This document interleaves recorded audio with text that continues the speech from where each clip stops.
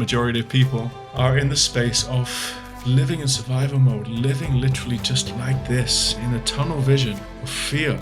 And I think the whole coming back home is learning to breathe and open up.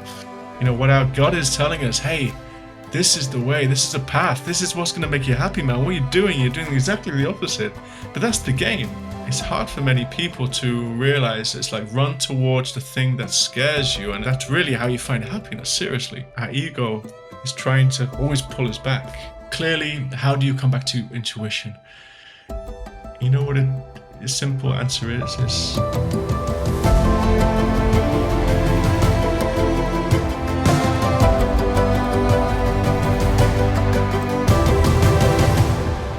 Welcome to the Spirit Unfolding podcast, where we explore the depth of the human experience, the creative energy that runs through us all, and what we can do to create a more beautiful world. My name is Lars, and every episode I sit down with a creative, pioneer or teacher in the fields of spirituality, art, health, and the natural world. We want to give you actionable insights to spiritual growth, taking ownership of your life and expanding your perspective on life's possibilities. Also, you can live a more authentic, loving, and fulfilling life. I am honored that you chose to spend your valuable time listening to the Spirit Unfolding podcast. And you would really help us by subscribing to YouTube, Spotify, or Apple Podcast, and sharing the episode with your family and friends and on social media. Thank you so much. My guest today is Daniel Phillips. Dan is a mindset coach, father of 5 daughters, and self-titled life transitioner who helps entrepreneurs transition from one life to the next, letting go of the limited old world mindset and leaning into their heart's desire. He's also helped me personally move through some very deep blockages and rediscover the freedom within. In this episode, we talk about the challenges that Dan's overcome himself and the different techniques that he uses to help people come back to freedom. Dan shares his insights of the gene keys, the soul's guidance, and how more awareness of the dark forces in the world have actually helped him to play the game of life in a more loving way. I'm sure this conversation will give some wonderful insights to you all. Enjoy the episode. Dan, welcome to the podcast, and I'm so grateful to have you. And we obviously speak quite a lot over the last half year, but to have you in this type of conversation is new, and I'm really looking forward to see what we can explore and pick your brain a little bit more. So thanks for being here.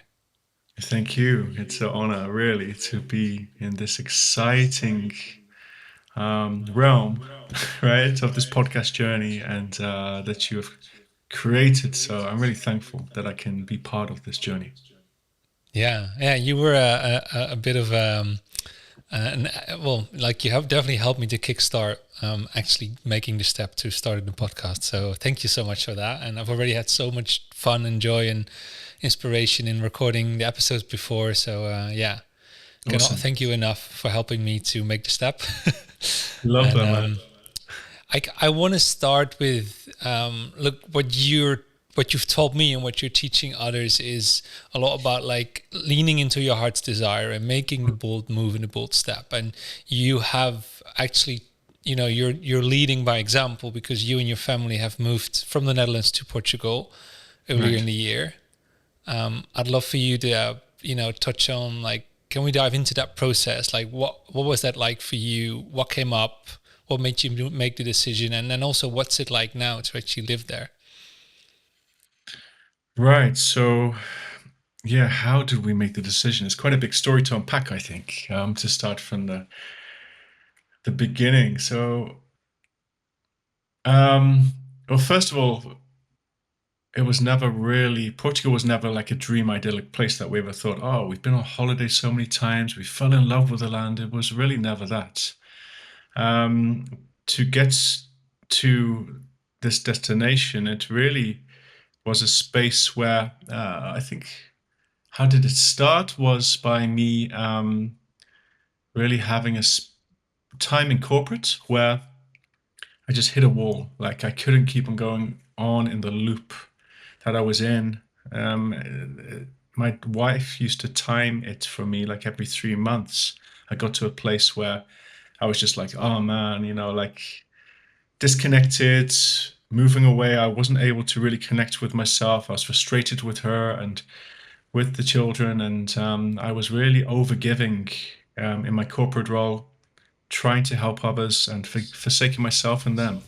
And it got to a point around when I was 37 where I couldn't get out of bed. I was very emotional. I was very disconnected.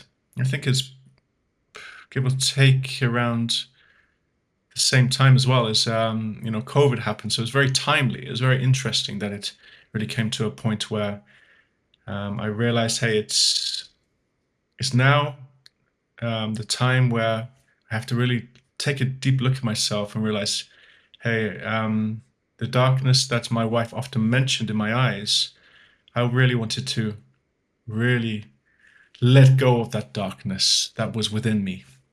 And so I was very interested about these outer body experiences or spaces where I could find myself beyond my body. And so I really felt this call to Mother Ayahuasca, this psychedelic experience that many people taught of. And at that point, I was like, I need experiential feedback and validation to know there's something more than this life because I'm stuck in this wheel. And the church didn't help me at the time either. So it really, it kind of put me in a box. I was serving a lot actually in a church called Hillsong, and I was leading a lot of the worship there and things. And there was times where I felt very deeply connected, and I felt, oh wow, this is purpose. That I was unified in voice. I was really aligning with people, and that's when I felt fully alive, when I was in community and was singing in one voice. But there was really a limit of religion that held me back.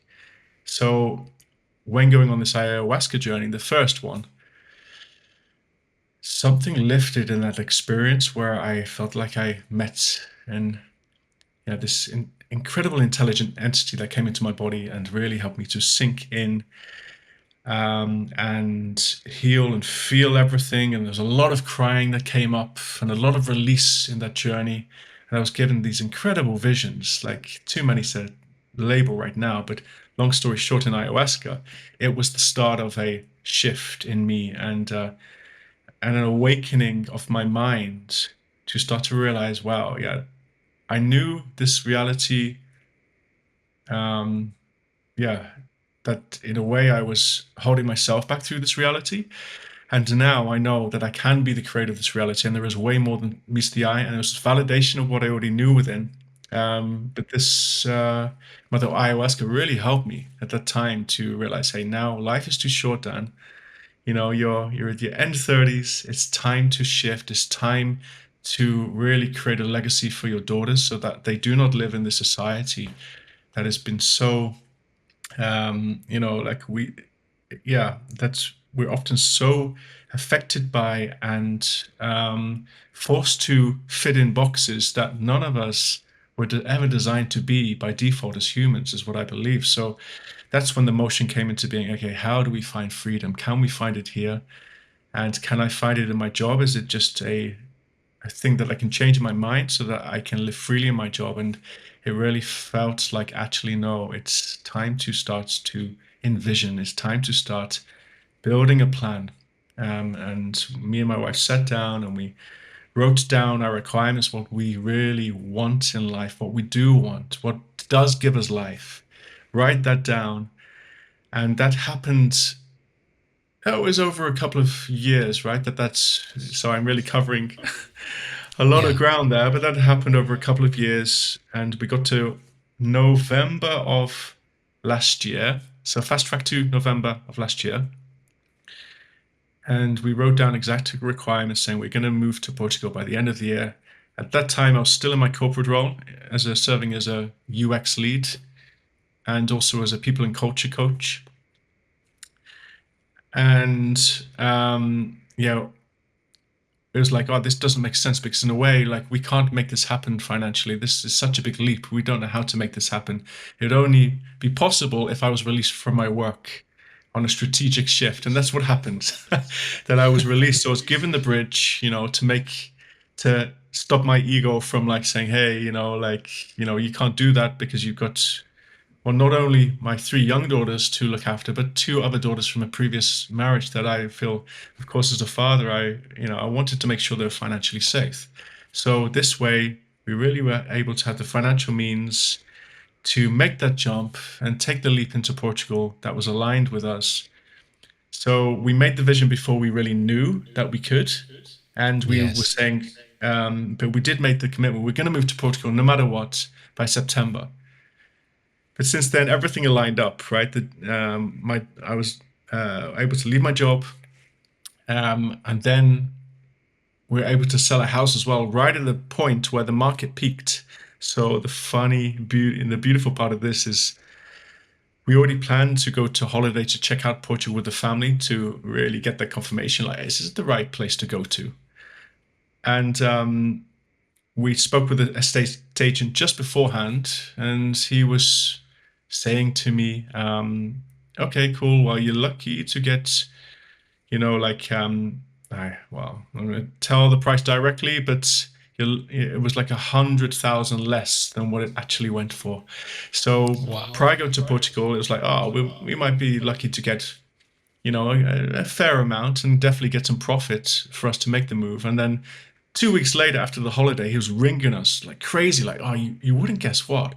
It's like your house is in massive demand. The house prices have shifted crazy, and you need to sell now, man, because like everything is going like hotcakes, like on the street. So yeah, let's get your house selling, and it really went for way above, like I said, 100,000 that we thought, which just gave us so much space and so much room, and it was so aligned. So what I've learned from there is setting your attention already as if it was so, and that you will do it. Step out with one step of faith, and by making the action and committed to it, as if you were going to follow through, then the abundance lines up in accordance to that. So, I was let go of my job, giving me some financial padding, plus the house was sold just at the peak moment. Timing, it could not have been better if we tried to plan it. So it was so beautiful how these things lined up. And then we're like, okay, but where to live? Like, okay, let's just try a Facebook group. Let's just reach out, and I'll see what comes from it. See what I can respond to. And the moment I sent the message, someone directly DM'd me back, and she just said to me like, "Oh wow, so I was having no plan to rent my house out, but something told me that I should rent it to you guys, and you can have it for a very cheap rent, like what we asked for." Well, okay, cool, nice. So what does the house look like? We're curious. This is interesting. And it's like, yeah, well, I have two houses. One that I rent out as a guest house, a small one, but you can live in my main house. And we checked it out. It's like, wow, this is incredible. Well, it's like a dream house. And we just offered this incredible house to rent that we are renting in now, thankfully. And it's really waking up like in heaven every day, it feels like, for us, with a beautiful garden and a big house. And yeah, the crazy part is it wasn't she ever intended to rent it, but she just directly heard something tell her it's for you to let go and to give someone this journey. And it was ended up being a journey for both of us, for her to learn to let go, for us to actually be able to make the step into Portugal on a comfort level that we're used to. Because the ego can really get in the way, right? When you think, whoa, how do we do this? Such a big step. Or not make it sustainable enough for us to remain on this journey. So it's been a beautiful entrance into this land of light, this land of consciousness. And we're so far 3 months in, and we're getting to learn so much from our beautiful Portuguese neighbors, of which they well, we're nearly forced to learn Portuguese, which is the best way, I think, and to really integrate into the community. So very thankful for this journey, and it's been a wild roller coaster. Of course, I only covered part of it because there's so much, but hopefully that gives you a bit of an entrance Yeah, point into how definitely. the journey's been. Definitely. Thank you. And it's so beautiful to hear you talk about, like, to just take the step and then trust that life, God, the universe, whatever name you want to give it, is meeting you, is helping you along the way. Something that I'm experiencing myself more and more as well. And how is the process? Because of course there's also things coming up, like, like doubts and fears and all these kind of things. How is the process, or the like, what have you done to repetitively come back to trust when you notice these fears coming up? It's a great question, Lars. So whenever a fear comes up for me, I really have this check-in that I do with myself, and a reminder saying that life is happening for me and not to me. So by just saying that phrase, it helps me to always remember that I am in creation. I am the effect. I am causing the effect. So it automatically, whenever I had this fear come up, I think, oh, this is coming at me. There's a curveball here. There's bureaucracy in Portugal, which is a very real thing. And the frustration comes up inside of me because I'm used to, the Dutch system being very quick. And when you feel like you're overwhelmed in these processes and trying to find your feet on the land, trying to learn the language, try to, like this incoming tax and complexities of setting up the business, I just realized that, I get to create every moment of how I choose based on how my strategy is to engage. So yes, I do breathe in, breathe out, and and just think of the word life is happening for me, not to me. I get to choose to be the creator, not the victim. And from that, it always helps me to just realize, okay, how do I get to show up now? Because life is a perceptual illusion, and I am fundamentally creating, the environment around me and what is drawn to me, and I get to choose how I respond every moment, if I so choose. If I so choose to be conscious aware and not react. And when I do react, that's also okay. Let go. Okay, I'm in reaction mode. Okay, how do I bring that back to a space of love, compassion? How do I bring this to a space where I feel aligned again? And then, for example, often my wife is my biggest teacher. She's so wise, and part of me doesn't like that, that she always seems to know better. And often it's true. So, for me, when that happens and I'm in my ego space, my space of fear, I just remember, to tell myself, okay, let go, Dan. Remember, love, choose love. First, apologize, but also forgive yourself. It's okay. You've learned so many years in that sort of mode, and it served you well up until a point. But hey, let go now. Choose love and embrace your wife. And then from that moment of embrace, there's always this energetic shift. And yeah, that's well, I'm giving her as the biggest example because it's often I've noticed myself, and perhaps you've noticed yourself too, is we often hurt those we love the most because we feel the safest to them. So Yes. yeah, And she's they are often the first person that happens to be around whenever we are in the depths, and we are perhaps not aligned, and we are kind of in this reactionary mode, of, if you're not, like, what I've noticed, like when I for some reason don't have the calmness and the presence to, be present and come back to love, and live from that energy, but be more, you know, be identified for a moment with a certain emotion or a certain feeling that gets a hold of what I'm doing, then I'm expressing that, and I'm like, reacting in that way to the outside world. And then if my partner happens to be there, she's the first one that gets the hit, even though it's not aimed at her, it's not about her, it's all my own process within. And yeah, it's so true what you're sharing. And I think also, right. what I've experienced as well, and what something that with in the process of working with you, I've learned more and more is like when you're acting out of fear, you're actually creating the thing you're afraid of. And that's kind of the paradox of like, oh, so I'm afraid. So for example, let's take the example of a relationship, and I am afraid my partner will not like a certain part of me, for example. So then I will not show that part because I'm afraid that I will be rejected. And then by not showing that part, I'm less authentic.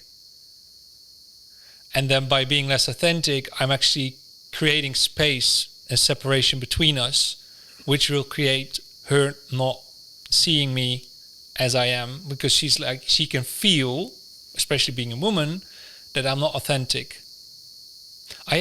Just a moment. There's a lot of background noise. Yeah, Is I there? don't know where that is coming from. Is that from me? Go, now it's gone. Interesting. I don't know where that came from. Okay. Well, it's okay. It's Interesting. gone now. What did So you that's good. do to reduce it? I didn't do anything. I just opened up. No. Doesn't Okay. matter. We're back here. So by acting out of fear, I'm actually creating the thing I'm afraid of. And Yeah. if I can pause myself in the moment where I notice the fear before I'm actually acting it out, can I then notice like, okay, what is it that I'm afraid of? What is happening within me? What's the pattern? And can I then break the pattern Wow. and act out of love? That's so Which is beautiful. it's a beautiful experience to have, and it's definitely not always going perfectly, but it's amazing to have felt that Yeah. happening, and then to rewrite that script and that story about what's the impact of the fear or the anxiety in my system. Wow. Yeah. Super powerful. And yeah, it goes back to the simple, the ancient, the ancient saying in the karmic law, right? What you sow, you will reap, and there's a feedback loop on that, and that's so powerful. Once we gain more conscious access to that, then you start to really realize, right? Um, whatever you're giving out, you'll always get back in some shape or form until there's a point where it fully transmutes from fear into love. So, and that's fundamentally everything, I would say. Like our whole body by default, originally it's set at, and I believe this, well, for myself, is 100% love starting. And then as we grow up in the first 7 years of our life, especially, there is a point where, we are taking on the conditionings and the programmings of our parents, society, all of the input around us is really being fed into us as if from the child's perspective, it's the truth. It's fully true that way. So that is kind of our learnings, let's say, our catalog of fear, and also our rules for engagement in life. And that is there. That fear is there within us and within our body, within our nervous system, within our mind. A nervous system being an extension of the mind. And actually, the nervous system leads us most of the time and it informs our mind often how to react. And that is something that is becoming more and more, for me in my experience, I'm becoming more aware of that. It's actually to lead a life of freedom is more body first, mind second. Meaning, of course, our intuition in our solar plexus area and the belly button, right? That's really where the voice is, the intuition being the divine feminine part of, or feminine energy of the universe, however you want to phrase that. It's the beautiful, the feminine part of leading us home. And when we listen to that voice, it's really giving us the high view of source connection with the heart being the life force energy and the expansion of love. So when we have those two in union, and when we're led in our bodies through those spaces, that is really, well, what I've noticed when I do that, I'm far more confident, have far more clarity, because it's to walk by faith and not by sight, right? Whereas our mind will always walk by sight and look externally to things as being true. And if we only do that, then we'll only be at the reaction of everything that happens around us, and we'll be always pivoting and dodging and playing safe, because our mind by default will always only ever think, how do we survive? Where, I would say, statistically, I can't give you this validation, but what I could say is the majority of people, and that is 90% plus, are in the space of having, just living in survival mode, living literally just like this in a tunnel vision of fear. And I think the whole coming back home is learning to breathe and open up, just like a lotus flower, right? To expand awareness, expand the opportunity to start to see more clearly, broader. And how do you do that? Well, that comes from walking by faith, not by sight, because faith is the evidence of things hoped for, yet not seen. So the evidence is the hope. A great paradox, right? So hope being from, right, our intuition, our guidance, and our heart leading us forward. That being the hope, because that is really the true way for each one of us with our own unique human blueprint that we are here to unlock. And the journey home is really all about just remembering, simply. It's the remembrance. We are here to remember. That is the unique soul journey, I believe, on this earth. And we're really in that age where there's more and more awakening happening, because the program outside of us is going more and more wacky. It's crazy what's going on. Yeah. So it nearly feels impossible not to be, not to wake up. But yet it takes a lot of people. I think even when the truth's in plain sight, it will take a lot. A lot of crazy stuff to happen 100%. before they will even start to open their eye. Just one little blink. I'm being brought back to, there's this very old video of Terence McKenna, who was one of, I wouldn't say founder, but he's definitely one of the big voices in the Western world when it comes to like psychedelics, or like he used to be. He passed away, but he's I think this is like 20, 30 years ago. He's talking about it's going to get crazier and crazier. It's going to get so wacky and so weird that if I tell you now, you wouldn't believe it. And then like, look around us now when you're like, what are we doing? What is happening? What are the language, like people are like, the whole system is, I've heard a lot of people talk about like, it's the sort of the last cry of a dying system. And it's actually like, when something's dying, it's actually like an animal as well. Like it's, some animals like go into a corner and wither away, but some of them actually get really dangerous and they try to, drag everyone with them. And I have a feeling that it's, in a way, that's what we're seeing now in the world and in society, is where this old system of control and of centralization and top-down control and fear-based thinking and acting is trying to convince more and more people, but by doing so, it's getting crazier and crazier, and it's actually becoming more and more obvious just how ridiculous it actually is. And it's like not everyone has the same. I wouldn't say level, but like type of awareness. It's hard for me to sort of, I don't want to put one thing above the other or like one person's experience above the other, but it's like one person will wake up at a certain moment. Someone else needs a bit more pressure or a bit more craziness. And we're seeing all the craziness because not everyone has woken up yet, not by a long shot.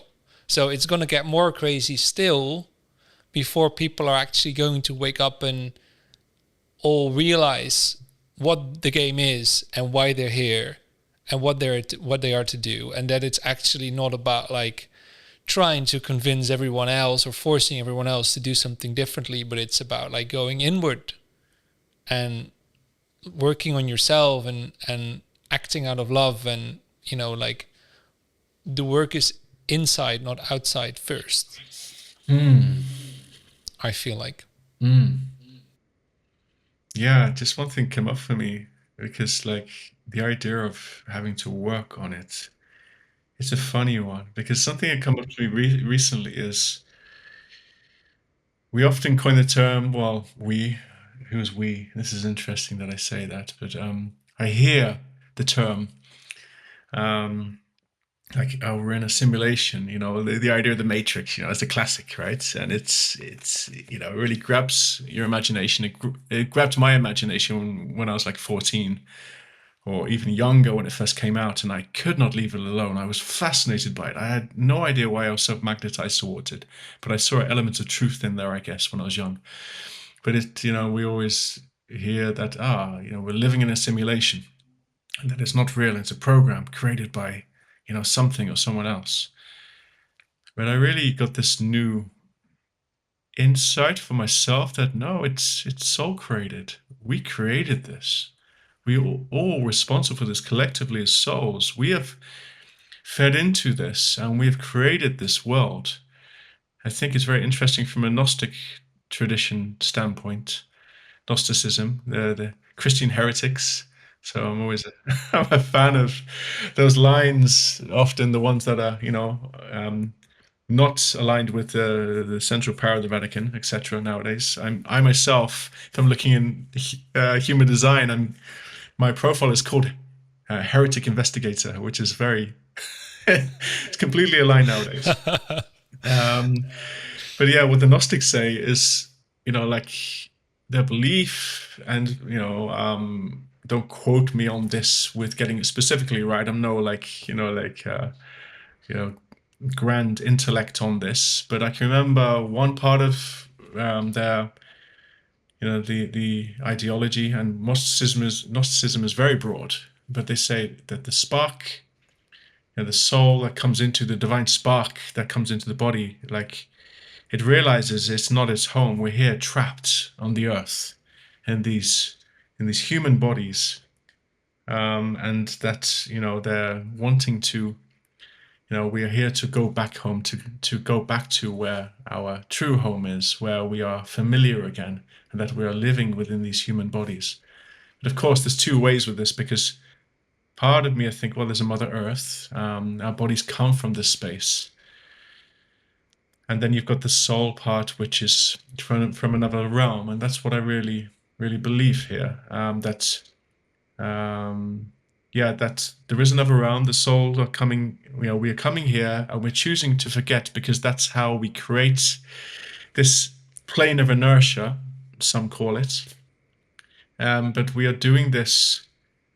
My take on it is with another entity, Earth, the Mother Earth, a living organism, of which we are here to work with her, work with her on, in this incredible reality that we get to live on a human experience. If we choose to walk in love and freedom, and we choose to live in a relationship, and we choose to live in authenticity as well as integrity, when we choose to live aligned like that, we can have a beautiful co-creation of souls in another realm, that we come into these bodies and we're on Mother, Earth, and we're doing this together in this matter spirit unified creation.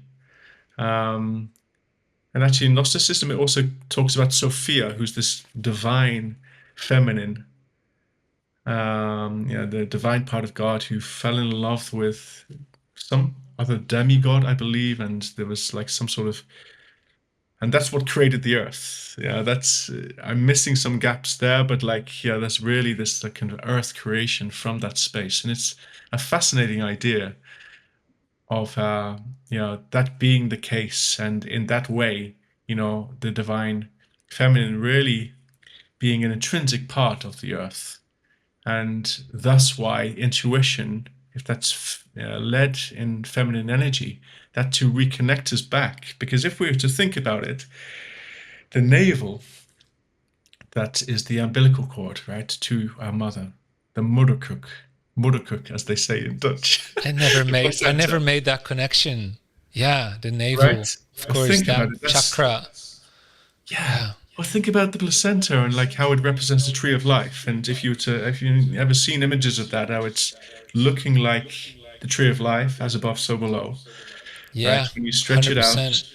because that's where all the knowledge comes from and transferred from mother to mother to mother to mother to And mother, all the way that's back to also where source. this it's also where the soul comes from. Like the female body, Mm. that part of the female body is the portal to the unseen world where the soul comes from. It's so wow, that's beautiful. I didn't. That's a wonderful thing way to look at it. Yeah, I haven't. It Yeah, came up recently a few weeks ago, like the intuition. Why is it so important that it comes from the solar plexus region, right? The belly button. Well, it makes sense because that's where all the transfer happens. So of course it's the also the portal, let's say, to remembrance of really, coming back home. And what does that look like? Well, in every day, it's looking to aligning with our own unique purpose, to align back to our life path, our life work, and what that looks like in our lifetime on the journey here and now. Not about, oh, we need to get there. We need to get that house in the Caribbean, like with, a yacht and a boat and me having that beautiful sunsets. Yeah, that's a beautiful idea. And that's one experience that, clearly makes yourself come alive because likely he or she would have engineered that or that idea to play that creation game on Earth to make it feel very real. Um, but it's actually really to learn how to be present now with everything, always, because we only, of course, as Eckhart Tolle says as well, we only ever have now, right? The power of now, or Be Here Now by Ram Dass. All these great teachers are telling us be fully present in the moment as if your life depended on it, yet don't take anything seriously. So the great paradox of that saying, and that's the one I always remember myself as well, like, hey, just don't take it serious, but really be fully engaged here and now, and not in the past. No, not too much in the future. That we're so lost in the past and the future. It's a terrible shame to be so. 100%. I was just this morning having coffee with a friend, and we were like deep into this subject where it's like we just like he also reflected and realized, and in this conversation we were both like, most of us, and like I'm learning now to be more and more present, but like definitely looking back at an earlier version of me, I was either constantly in the past thinking about either the pain that was caused or that I caused or something around that subject, or what I would have wanted it to be different. Like what I didn't want it to be that way. What if I like sort of retelling these stories in my head in different ways? Like what if would have happened if I did this or if I did that? But it doesn't matter because right now it's here.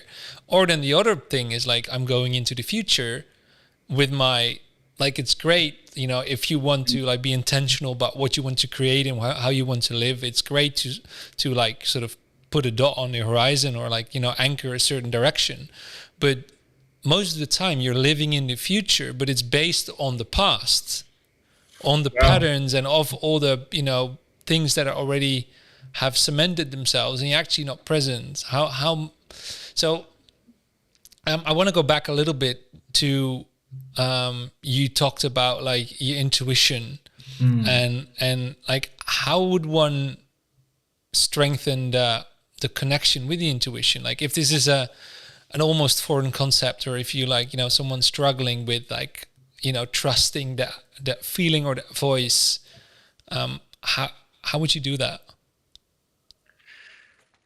Great question. And the first thing that comes up for me, which seems to be one of the biggest challenges for everyone, every person I have had the privilege of joining the journey with, so far.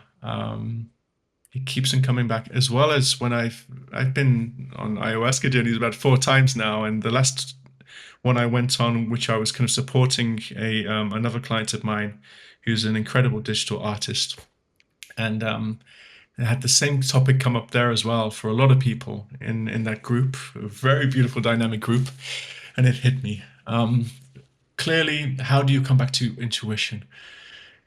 You know what a simple answer is learn to love yourself.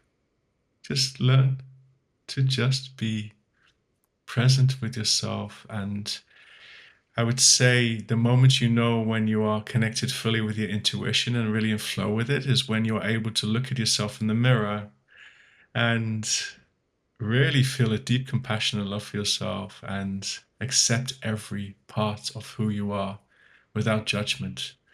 That's when you know that you are connected with yourself and that the actions and choices you make are aligned. That is really as simple as that, I would say. That's when you, that's how you create the space for intuition, and the rest will follow. Yeah.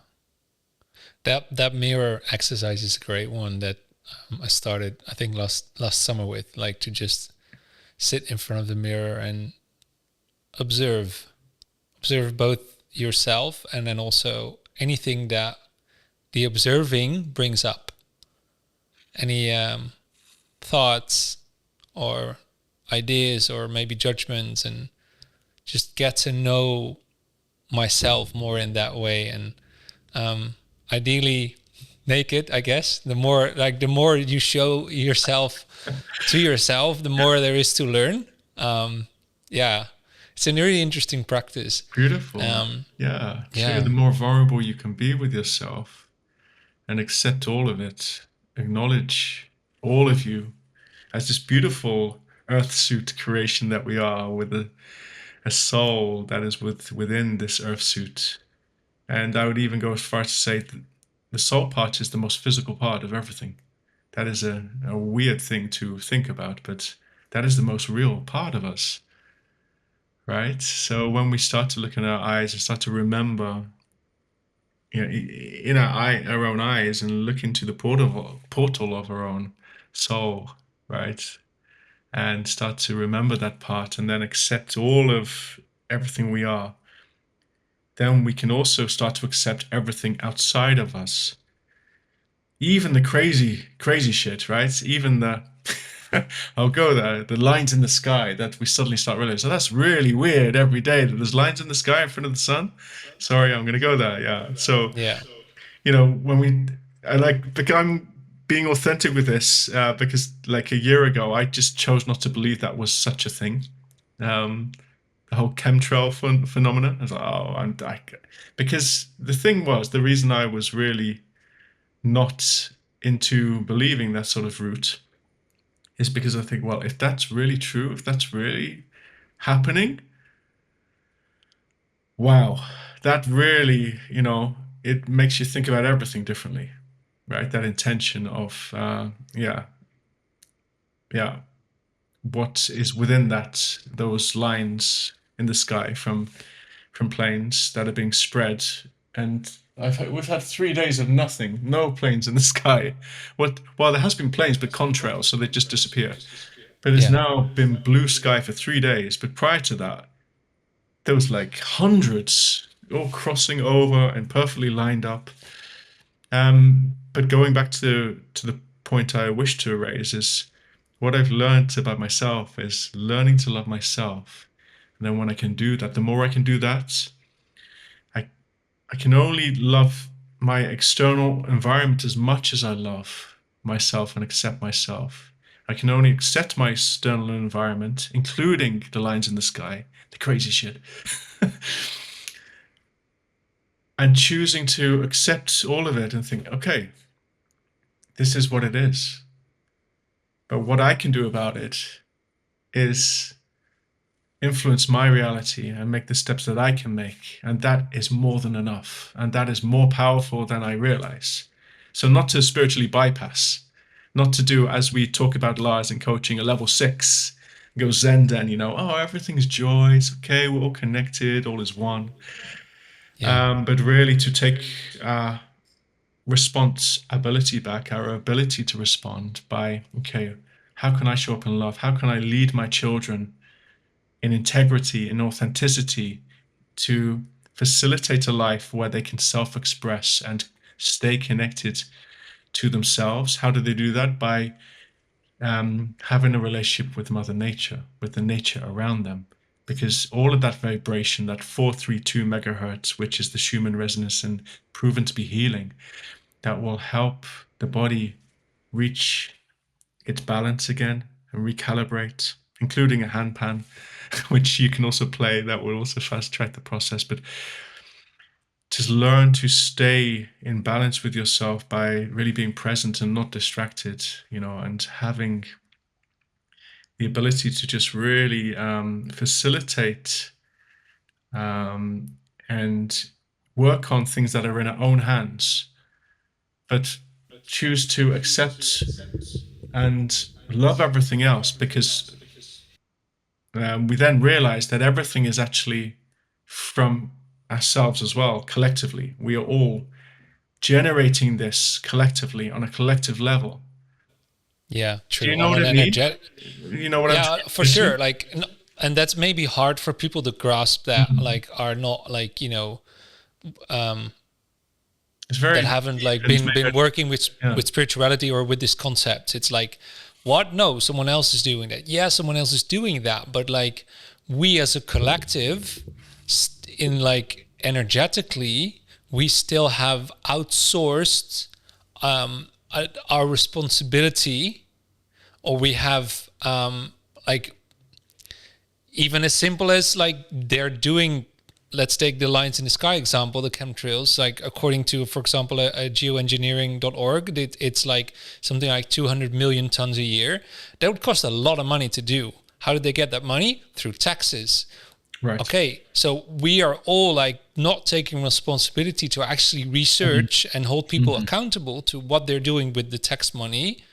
If and also like research if the whole tax system actually makes sense at all. And in that, we are actually feeding energy in the form of money into the system that is poisoned for them to do something to poison us. Wow. Literally, with chemicals that poison our bodies. And so it's like, okay, I cannot change the entire system by myself, but if I take responsibility and then, action or based on the knowledge that I have, I can shift my part in it. And then hopefully that will set a ripple effect for someone else to do the same. Like our reality, like we create our world, we create our experience of the world. Like, how do I say this? Our experience of the world is a reflection of our inner state of being and of our frequency. So like we cannot necessarily change what you touched on before, what is happening, but I can change what I'm doing with it. Right. Right? Like the responsibility, the ability to respond differently, to take action, to take control. So like, can I, for example, someone saying something to me that is hurting me, I can be angry at them, or I can thank them for being a mirror for me to experience where inside of myself I still have something to heal. So thanks to them expressing that nastiness or whatever it is that you could also call it, it's actually just a mirror. And I can thank them like, okay, I now know that I'm not free in this part. I have a pain in that part. And now I can work on that and become more free. And if you expand that to the bigger picture, then actually all the craziness in the world, including the corruption and the chemtrails and the poison in the food and whatever it is there to help us awaken that we are not free and we have to take control, or we can take control back. We have the ability to come back to freedom. And in that sense, like we talked about before, because everyone's having different levels of consciousness, all the craziness that we are experiencing is by default needed to wake people up, because if people would have woken up, it wouldn't exist anymore. So it all has a part, and it's all on a cosmic level, on a higher soul level, it's actually perfect and it's all needed. But on a human level, on it's, we see this war and we see all this, people getting killed and all these atrocities, and it's, you cannot help but also feel the pain of that. And I'm not saying, oh, that's great that happens. Mm-hmm. But if you can zoom out to a soul level, you can see that within the pain is an invitation to discover more love within. Yeah.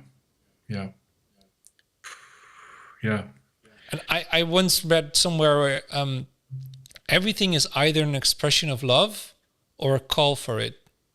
Wow. That's such a beautiful way to say it. But touching on, the atrocities that are happening to the children of this world, and yeah, man. We're not, and to elaborate on that, we're not called to disconnect from that or pretend, and that's why I want to draw the line on as well. Like, we're here to feel it all and to empathize and do what we can there, because there is a inverted power, a darkness that is really sucking that life and creating that, and got a lot of people in this sort of distortion. That's what it is. And got so many of us distorted since childhood, and then compounding that distortion, which just layers upon, and well, there is clearly some agendas going on in this world, and people that are disconnected from source, that are really, keeping the masses down. And until we choose to actually start to, because, the only control they have is fear, right? The only control, people who are disconnected from source have is keeping us in these systems and keeping us ignorant. And, using the classic mind control, propaganda to keep us in this space. And it's hard to get out of it, because even, when you say, oh yeah, I'm aware of things, and every day it's a battle for all of us, because it's so easy to get lost and then go on your mobile phone. And in the West, where we're so connected and we're so distracted, and living this life in Portugal sounds idyllic for a lot of people, and I'm blessed that I get to live now and take that choice to live in more space and freedom, and where there's less population, there's more space to breathe. But then, how do I earn money? Well, yeah, it's online, right? It's the only way and that's how I help people as well. My deal is that I can help people in person only one day, physically. But then that comes with, then you have to go into the system. We have to go into that space of, LinkedIn and Instagram and all these places to play that game. And it's easy to get, again, lost in, right, the system, and then to forget your soul or your intuition guidance. The singer Prince once had a speech where he said, you can use the computer, but don't let the computer use you.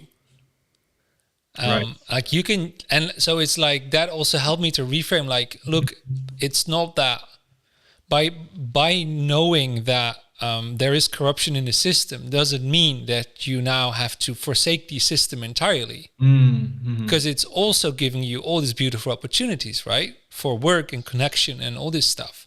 It's about being more aware and knowing enough and not losing yourself into it, but knowing enough so you can use the system instead of let the system use you. Yes. So well said. Completely.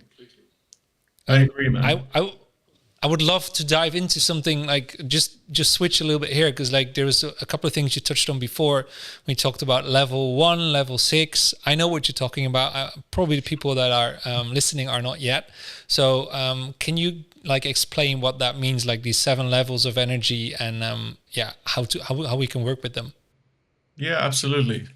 So this is talking within my the work I get to do, which I'm very thankful for now in my life, especially since moving to Portugal and really doing this full time.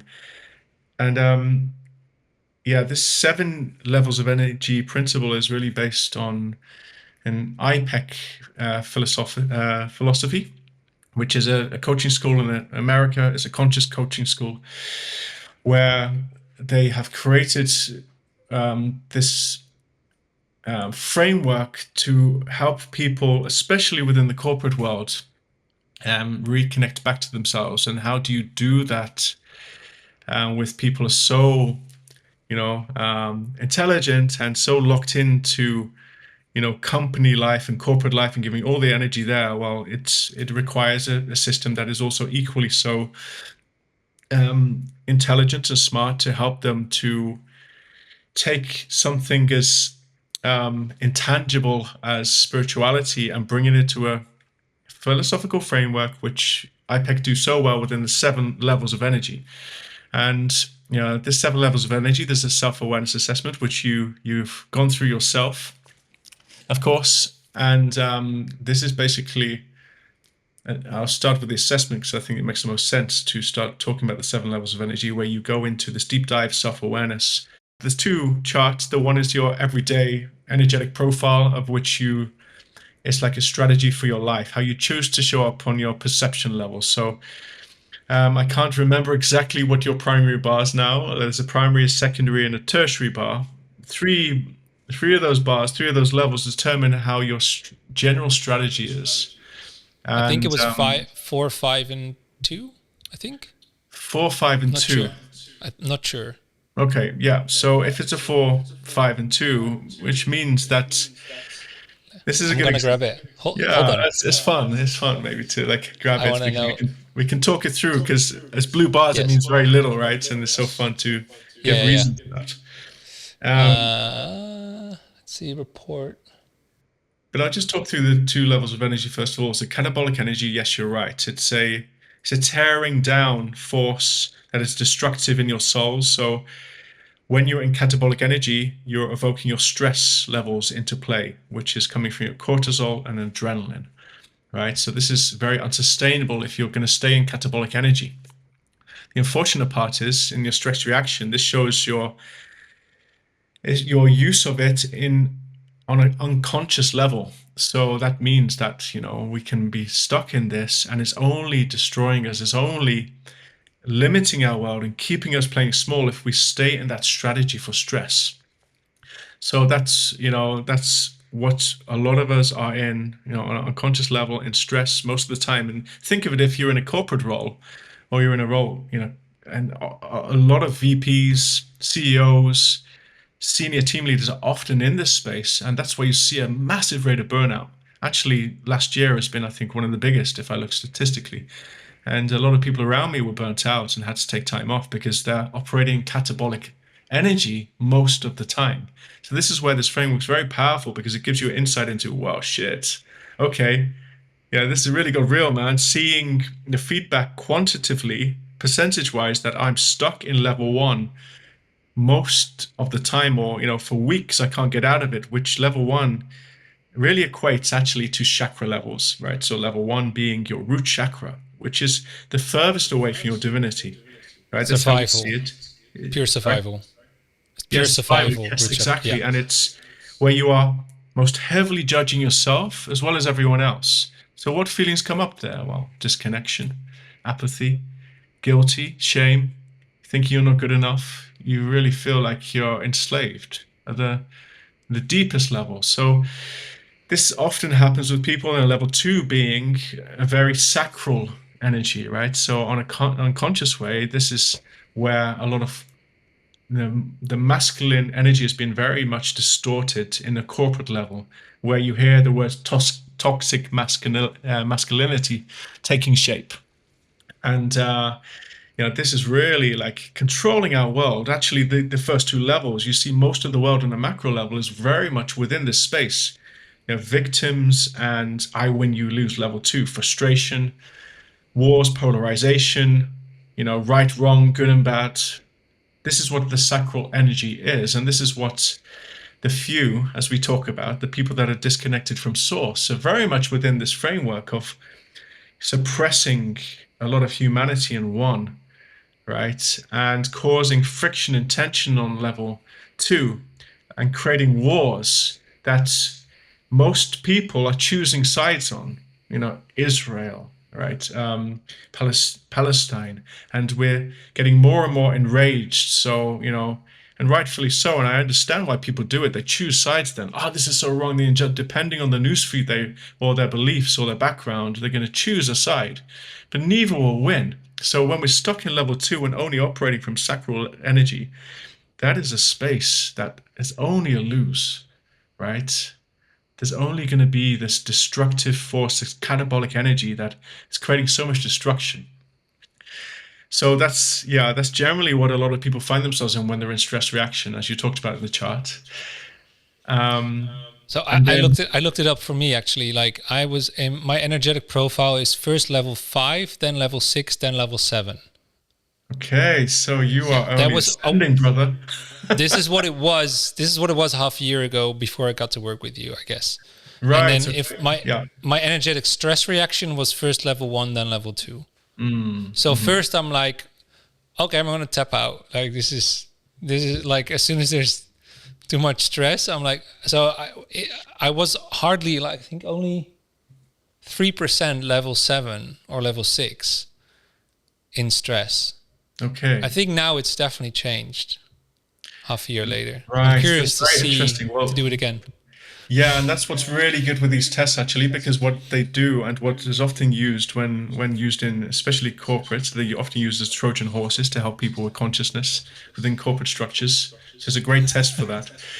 And that's why it's been designed to actually help people, right, who are very much in their heads, to come back home. And what was I going to say? I forgot now. Sorry for interrupting. No, you talked about you were going through the levels. I think you were at level 3 when you were talking about like true. What happens when you're in that space. Yeah. I'll talk through those, and then let's talk about how it could be within your levels and how your strategy could be. And I'm curious to know, because I can't remember when we talked through it last time exactly, what resonates with you with your strategy and your pattern. But yeah, going back to level 1, victimhood in general, it's disconnection, the highest level of judgment. Level 2, each level you climb, there's a little bit more anabolic energy added. Right, so level 2, there is some awareness, but it's really a frustration space and dualistic space and a lot of sacral energy, right, sexual energy, therefore, right, going into this space and clashing. Level 3 is a space of taking responsibility, but in a heavy way. So you're holding on. There's a heaviness to the responsibility that you hold in the level 3, and this is a space of rationalization, that you rationalize your life. So, I'm lucky. I'll just keep the show on the road because life's not so bad. I get enough food to eat, and look at other people. Other people are starving in the world, and I got a job. I get enough money every month. I can eat at nice restaurants. So it's a space where I was stuck in for a long time. Actually, even a year ago, I had a reassessment by a mentor, and it came up that I was level 3 primary. Not to say it's bad or good. Every level is not bad or good. But with level 3, what tends to happen is if you leave from that space, then you're not dealing with your level 1 and level 2 underneath the car hood, right? The engine. There's something's dysfunctional, and you're just pretending everything's good. It's keeping up appearances, like the old classic English comedy, which I think was also popular in Holland a while ago, where it's just all about the external, right, face of everything's kosher, nothing wrong here. Is it also about, like, I once heard, I don't know which podcast this was on, but like this idea of being comfortably numb. So, like, I think it was a Modern Wisdom podcast where he's talking about like, look, your job's not great, you're not happy, but the pay is okay, your boss is not that much of a dick, or like your relationship isn't amazing and it's not really what you hoped for or wished for, but she's kind of okay, you're having a nice time. Like, the pain's not big enough for you to make a step to change your life. But it's also not. You're also not happy. Exactly. That's exactly a great summary of what level 3 is. It's a space of just, chugging along. And, you got frustrations, but they're just really not enough that you come crashing yet. And the moment you do come crashing, which happened to me, then you kind of like get into that level 2 space of frustration or just ultimate disconnection where you're like, damn, you have to have your wife tell you, like, which I'm really thankful for my wife. She's like, man, our relationship is okay, level 3, but I want it to be great. And there's a darkness in your eyes that I see sometimes, and I want more for you, Dan, than this. And that was the catalyst, because I had such an incredible, wise, beautiful wife who stuck through me through my traumas and times that I was actually, bullied at school, and and my parents took me all around the UK. I never had a grounding, so I was always moving. I never knew what it was to have a grounding at home. So having her to comfort me at that space of level 2, level 1 of victimization, of frustration, and then for so I'm just okay. Yeah, there's some sound coming in, so I just Yes. seems What to. did you know what it was? It's like some sort of static, and I turn the Okay, mic on yeah. and off, and it goes away Okay. again. Well, So okay, great. elusive, man. Maybe it's the energy here in Portugal. What a gift to have a wife that, helps you realign out of love. It is. It is. It really. Yeah. Sometimes I can't believe like how. Like, yeah, it might sound tacky, but like, what, how and why she ever chose me to be with, because at the time when I first met her, I was so much in debt and so messed up, right? And yeah, I felt like a complete failure. This is a level 1, right? It's completely disconnected, and that's when I felt refuge in church, and that actually helped me a lot in the early days to feel like I was attached to a purpose again, and I started serving there. But that's where I met her. So we both met in that space. She came back from Australia, where she came from like a Bible college at the time, and yeah, she just accepted me as I was, and there was always this love and acknowledgement. And even as much as of an asshole I was and frustration like I really didn't treat her well a lot of the time, she stood by me, man. And that's really special, to help me through those dark days, because she saw something in me, and she held on to that, and I'm really thankful for her. But at the same time, she never tried to fix me. She just held space for me. Right. So you could say, yeah, she was the most incredible coach for me and the best one I've ever had. And still is. I just don't like to hear it, like I told you, when she's right. And it's often the case, because she has just she's an Aquarian, she's a Capricorn and Aquarius on the cusp. So she has both. And, that's quite a combination with awareness, let's say.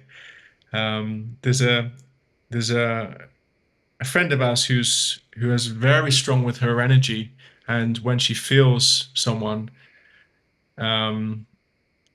who's like got strong energy, her hair, like, the skin goes up, and like a chicken skin, Yeah. kipperfell, Yeah. and hair stand on end.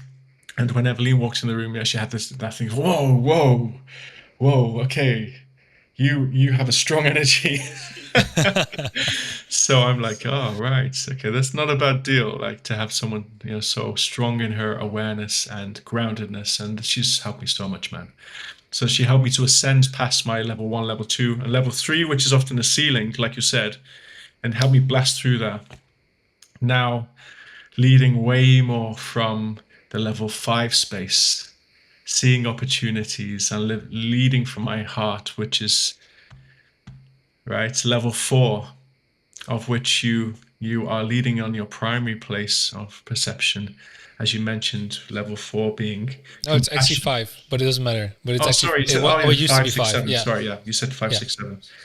right? So level 5 actually being from the head, right? So it's really much into big awareness and win-win and growth mindset, and having that incredible ability to see opportunities and take them and expand. So level 5 is an incredible head space to go from, right? Whereas level 4, we'll go back down now, is a place where, for example, where Jesus would spend a lot of time in, right? Loving others in compassion, serving selflessly. But it's also a space which is super crucial because it's around your heart chakra. It is your heart chakra. That's what level 4 is. To come back to yourself, for self-love, self-care, like I mentioned before. So it's a space of work on yourself and also helping others. And this really excels you to go higher up in your 5, 6, 7 chakras to really, expand that space so it's sustainable. So actually you are in those spaces of 5, 6, 7 in not a distortive way, because even in level 5, there's bits where you can get, you can experience paralysis by analysis, for example, and losing perspective on things and getting overwhelmed, sending you back down to a level 1. So in order for that to be sustainable, it requires us to do the work of the heart so that we can really have the mind serving the heart. Because as I've mentioned before, I think to you, the mind is a terrible master, but a wonderful servant. And you've probably heard this somewhere else, because it's a beautiful statement. So having the mind serve the heart, man, that is the way to expand and live a beautiful life. And then level 6, really being a space of visionary, creative intuition, flow, synthesis, where we experience that we're all connected, that we all win, right? And so on that, level 6 is often where you can see a lot of, when I see this within some people's charts, it's often people that are very much lost in their spiritual bypassing, that they can be very ungrounded here, right? That they can get lost in philosophy and everything's beautiful in life and there's no wrong or right. There's no, everything's one, and yeah, kind of touching on what we were before, like, or what we were touching on before, is like this idea of like, that everything has a place, but then if that leads you to not feeling anything anymore and just disconnecting and only being sort of like looking at everything from a distance.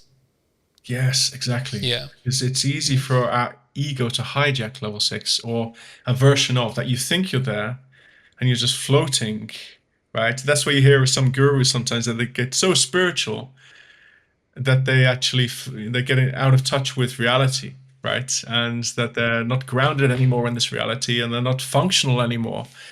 And it's then it's like this escapism. It's not a true level 6 space, because true level 6 is really understanding the flow and feeling the synchronicities. This is where you see 1111 come up. This is where you feel that you're in this flow of life, that you're on this slipstream, and that you are causing the effect. So you're really in that space of, seeing the visions, getting the dream downloads, connected to higher source. And then level 7 is the least human of all, right? This is really where we are so close to source connection, that we are the creator of life itself. And yes, this is really like woo-woo space in quite some terms, but the other way of looking at it, flip side, is that we can choose to engage on any other level at will, because there's no judgment, and we're like, how do I want to choose to show up in life? Do I want to choose up now at level 2 to just, have a bit more, because it's still a heart space level 2. It's more emotional. Do I want to be more emotional? I want to get shit done today and really, make some progress. Then I'm going to show up on level 2, from a level 7 space, to engage in life in a way. So it's really that you're choosing to engage instead of you're at the effect of that level. And that's the big shift. And that's where, I help clients work on to get there, to get more aware of how to use this framework for their advantage, to realize that, hey, life's a game you play, but be fully immersed in it and just experience all of it, because it's wonderful to be a human and feel all of it. If we realize that it's not for us to get lost in it and to suffer in it, but just choose to feel it, even the pain, even the sadness, even when we weep with others, like Ram Dass did so well, right? I know there's a moment, I can remember when Ram Dass was sitting next to someone that's just about to die on his deathbed. He was feeling all of it, right? This feeling, the pain of the fear of death coming up, and he was fully engaged in it, and he was weeping with him more than most people probably ever would, and connect with that person on such a deep empathetic level.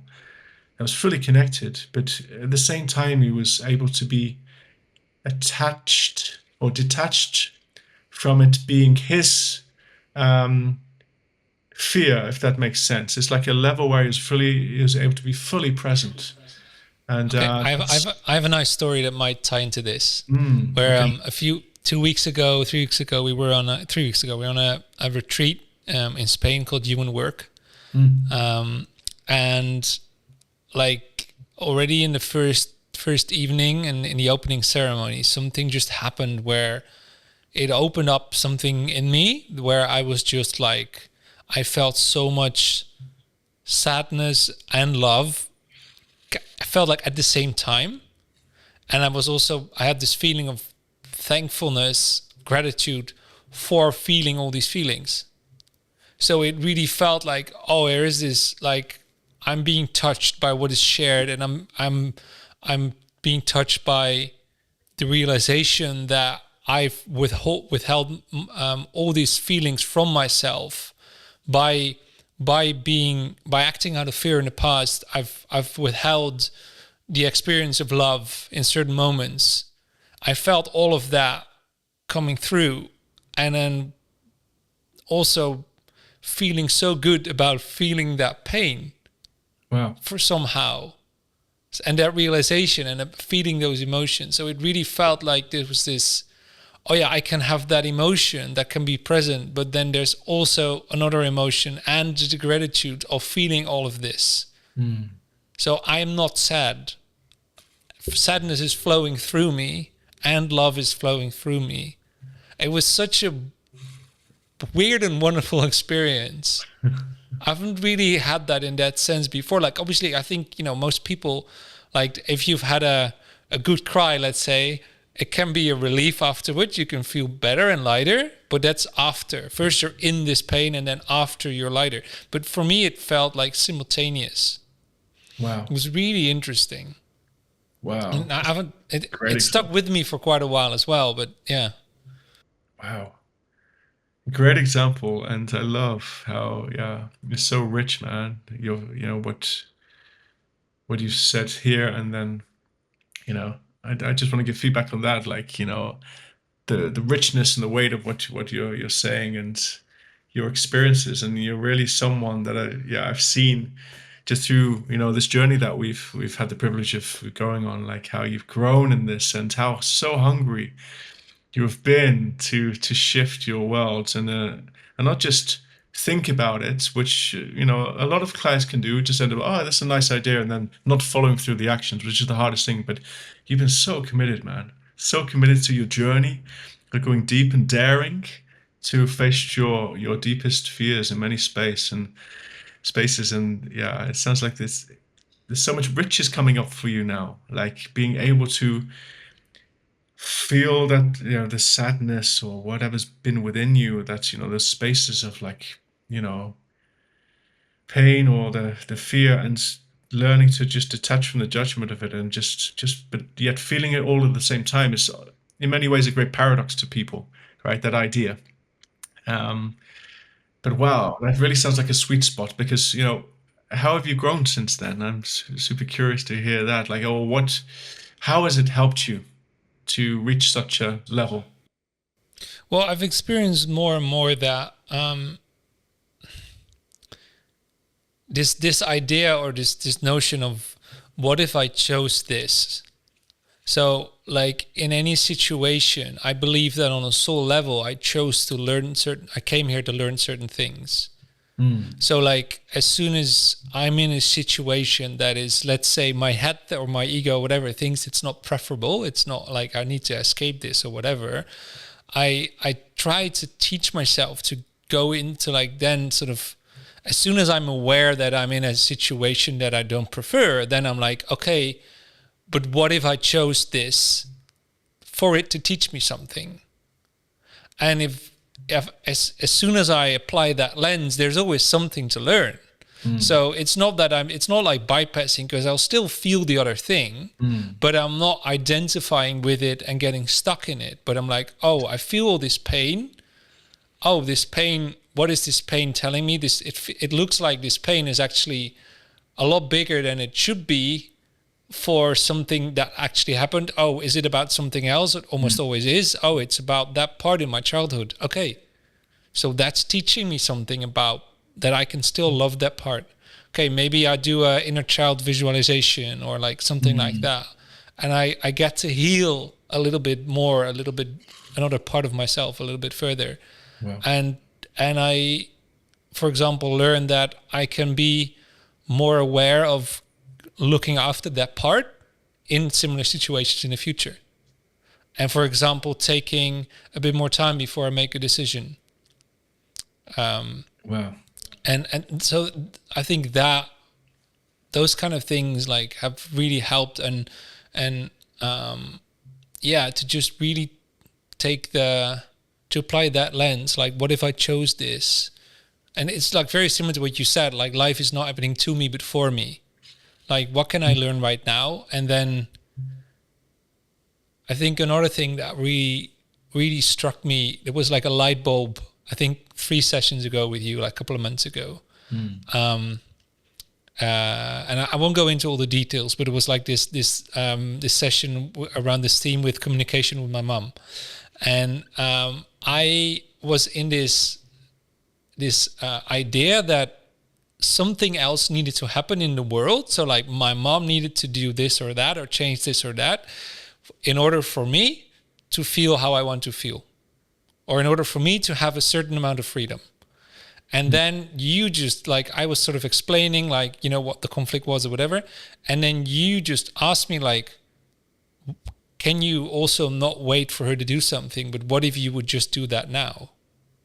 And that really flipped the switch where it's like, I don't need these conditions in order for myself to act on my what I want, Right. or what I need. I can just do that and lead in that sense, like and express what I want or what I need, and not make myself a victim of the situation and be dependent, but take the lead and express my desire, my need, my wants, whatever it is, to the other person in that situation. Yeah. And also like what I would love for them to, give back, or like, so it's like, it's not like I need you to do this because I need that in order to feel safe. It's like, I want to be safe and I know that I need to do this for myself in order to be there. And I'd love for you to meet me there as well, but it's okay if you can't yet. And I understand. I have compassion because I understand that where you are is where you are. This is the best you can do. Like, because I believe that we all do the best we can do. And it's just, we are all, I don't want to say victim, but like a result of the circumstances and the cards that we've been dealt with, right? So as soon as you apply that lens, it helps so much with compassion and with living from a place of love and looking at others from a place of love. Even as something as simple as someone cutting you off in traffic, it's not like, oh, that guy's an asshole, but it's like, oh, if that's the only thing that person could do right now, there must be a lot of stress in their system. Wow. can I have compassion for that and like give them a bit more space for them in order for them to hopefully calm down a little bit. Yeah. And like obviously there's limits to this. Like if someone's actually putting you in danger, fair enough, you can like set a boundary or like, but like in general, I think what I've experienced is like 9 out of 10 times when I was getting worked up about what someone else was doing, it didn't actually matter. It's just like I feel like, oh, that person is, like a lot of this stuff in daily interactions in traffic or in like, someone's cutting in line in a supermarket or whatever. It's like, oh, okay, do you not have that 1 minute? Okay, let me like maybe actually that person probably is stressful, needs to be seen. Let's start a conversation with that person instead of, shouting at them for cutting in line. And because maybe that's the only thing that they can do right now is that's the thing that they feel they're like, that's the one thing that they feel like they need to do. They must be in a tough place. Like something like, I think Ram Dass, there was one meditation where he says like, think about a person that is hurting others, and then think about how hard it must be for that soul to live inside a personality that is hurting other people. Wow. Yeah. That And says, that changes everything. yeah. Yeah. So really, And still, I'm not perfect. I'm also still sometimes getting worked up, obviously, about other people. But it's a process, and I don't think it ever ends. But it's a beautiful process to live. that'd be terribly Yeah. boring if it was, oh, I'm just so, like, Oh, I'm so dude, I'm passionate. I'm so level 4 the whole time. And, I'm so like, flawed. It's incredible. Yeah. Well, yeah, look, Dan. Look, I know, like the core of what you do is help people live the life they dream of, right? I think if I can, or like right. make changes. You call yourself not a coach, but a life transitioner, like moving from one life to another. Mm-hmm.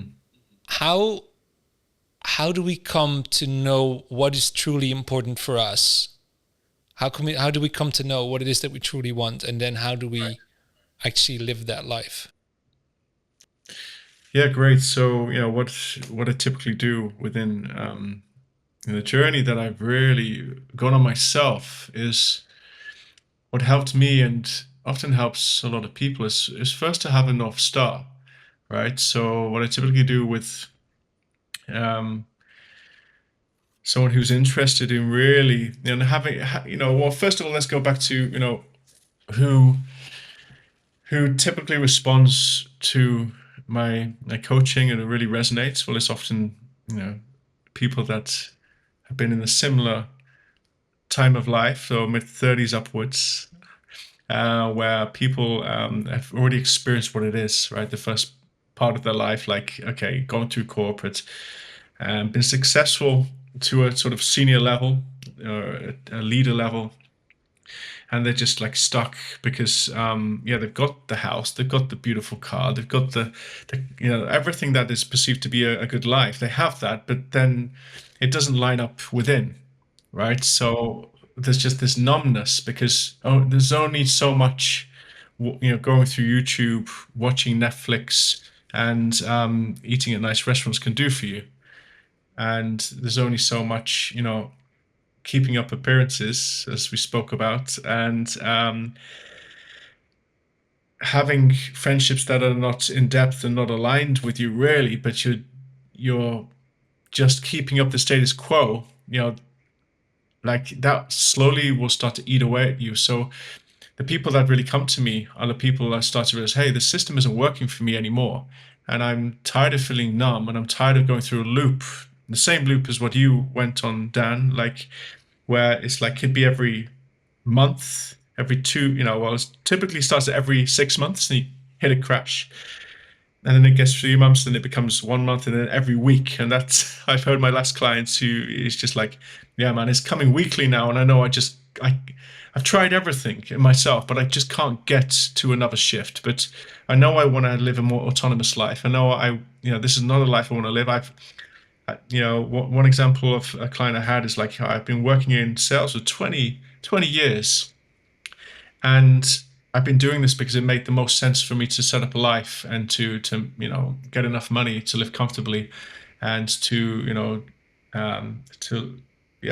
I could fulfill the lower Maslow hierarchy of needs, my safety structure, enough food, shelter, water, and but then he got there, and now he's in a space like, now I need to move forward. I need more than this. I need a purpose. So what we do is typically first look into using gene keys, um, which is looking into your genetics and how you were designed to be and function. Okay, so in the first session, so I go through someone what the soul purpose blueprint is, which is really looking into, what is your life's work? What is most aligned with you in order to feel that satisfaction, to get out of that numbness that you're currently feeling?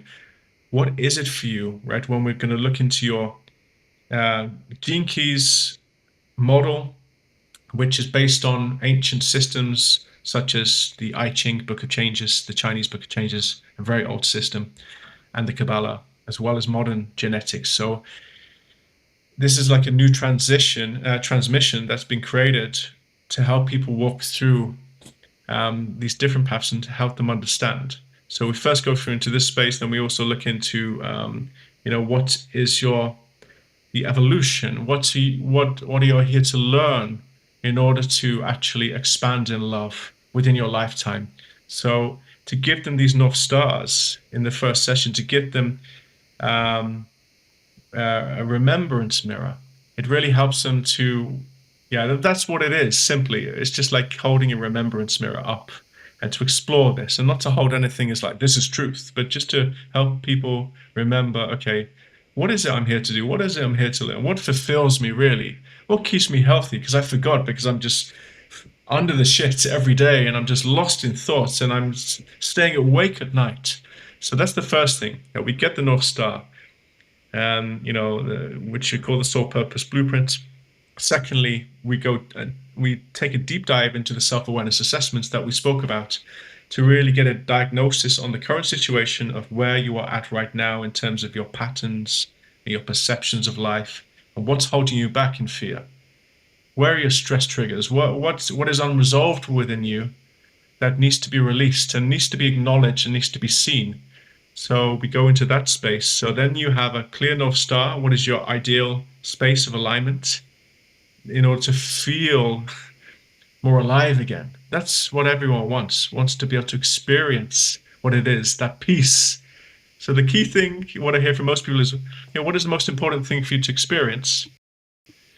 And most people say, I just want to feel peace. I want to feel at peace again. And but at the same time, I want to feel alive and feel like there's a motivation to get out of my bed, right? So that's simply what most people want. So the step 1 and step 2 gives a North Star and awareness of what the current situation is right now, and also a framework philosophically, as we talk about, 7 work levels framework, in order to choose a different strategy and then apply that. And then the next sessions is really accessing the intuition, going through a deep envisioning exercise where we help to connect them to their higher source connection again, so there can be a download that to be received. So like an open source connection, so that they can start to put together this abstract picture that's already within them.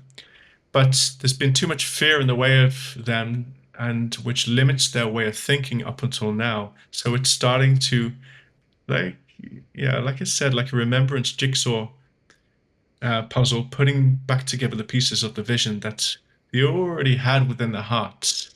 These beautiful visions, speaking with their the future self, right? To really understand, what it is the voice is telling them. And then we start going into action phase and start doing the step-by-steps every time in the engagement to realign their vision and who they are, what their North Star is, and what there is to work on, what's getting in the way of that. And that generally comes up through the actions, right? Oh, there's a block. I'm procrastinating on that step. I don't know why. And then we jump into the coaching sessions, or we approach it with hypnotherapy to build on confidence. And step by step through this action and working through blocks internally and externally, there comes this whole shift and momentum. Because what I realized with most people in life transitions and career transitions, which is what I help people with, is they all know what they want. They know clearly what they want, but they don't know what's getting in the way. They have no idea how, well, they do, but they don't know how to get it out the way. Is it also about like getting out of your own way in a lot of sense, Yes. yeah, and that It's part is, exactly that. yeah, right, and that's then obviously that can be like beliefs that you have and all that, those parts of yourself, but also like, yeah, just actually going into action and not staying in another level where it's only like or you're only dreaming about it or thinking about it. Like what for me also really helped these levels is like, it can sound, how do I say, like I naturally am working a lot from feeling and from the heart, and I'm a little bit like careful with all these models and frameworks, and also like when it comes to goals, like I'd like to write down a couple of things, but as soon as they have to be smart, and as soon as they, specific and measurable and all these things, I want to like throw away everything and run away, because I'm like, this just feels very unnatural. But these levels, yes, there is some hierarchy in the system to it, but it really helped me to understand them better.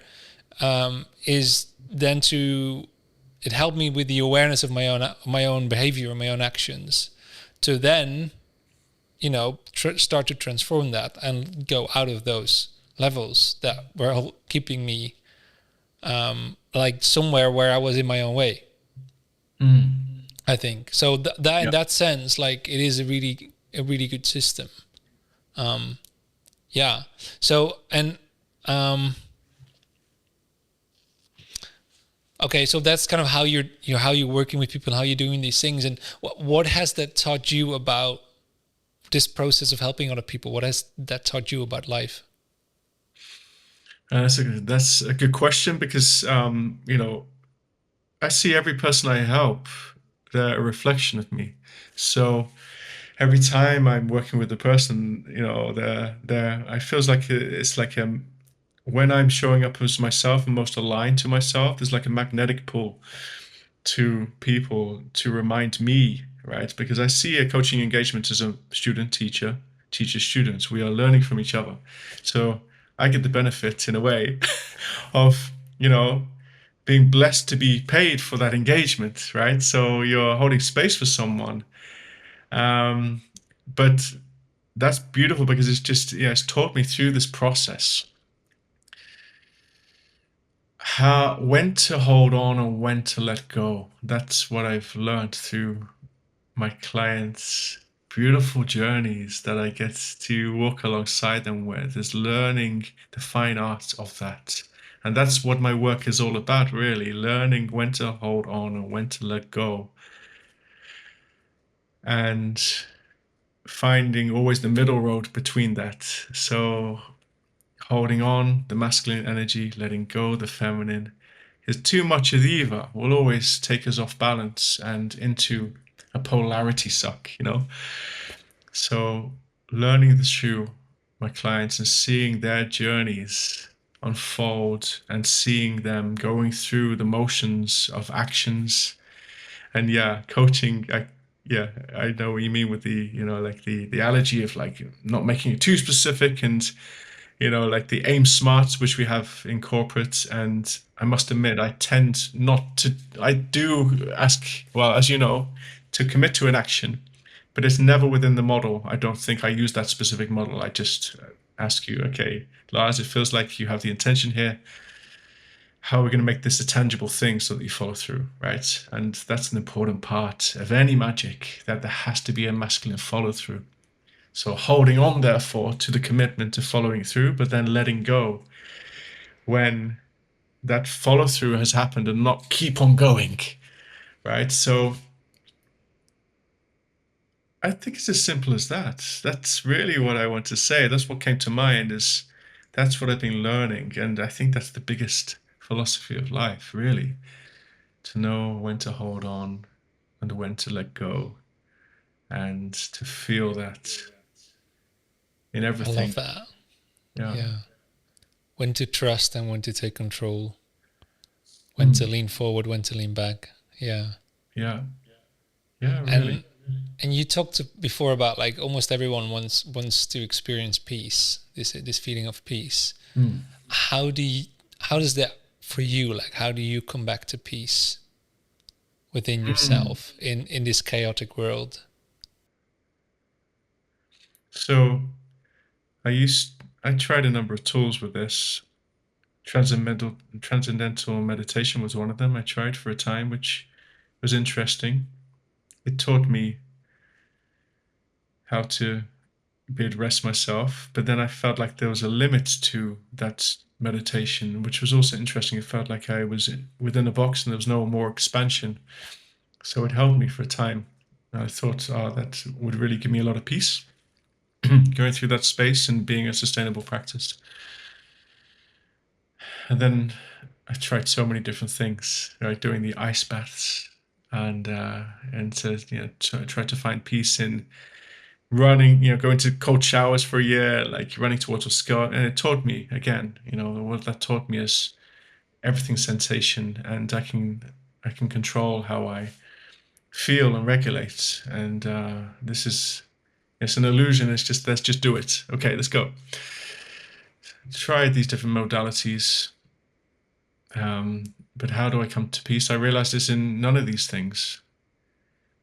These things nearly can even end up a distraction, another thing to do that's cool to do. That's, you know, and we have no shortage of things to do like this in this world, especially in Holland. There's the next big thing, and we all plugged into biohacking, and all have their place and they're beautiful. But I just realized it's just all down to intention.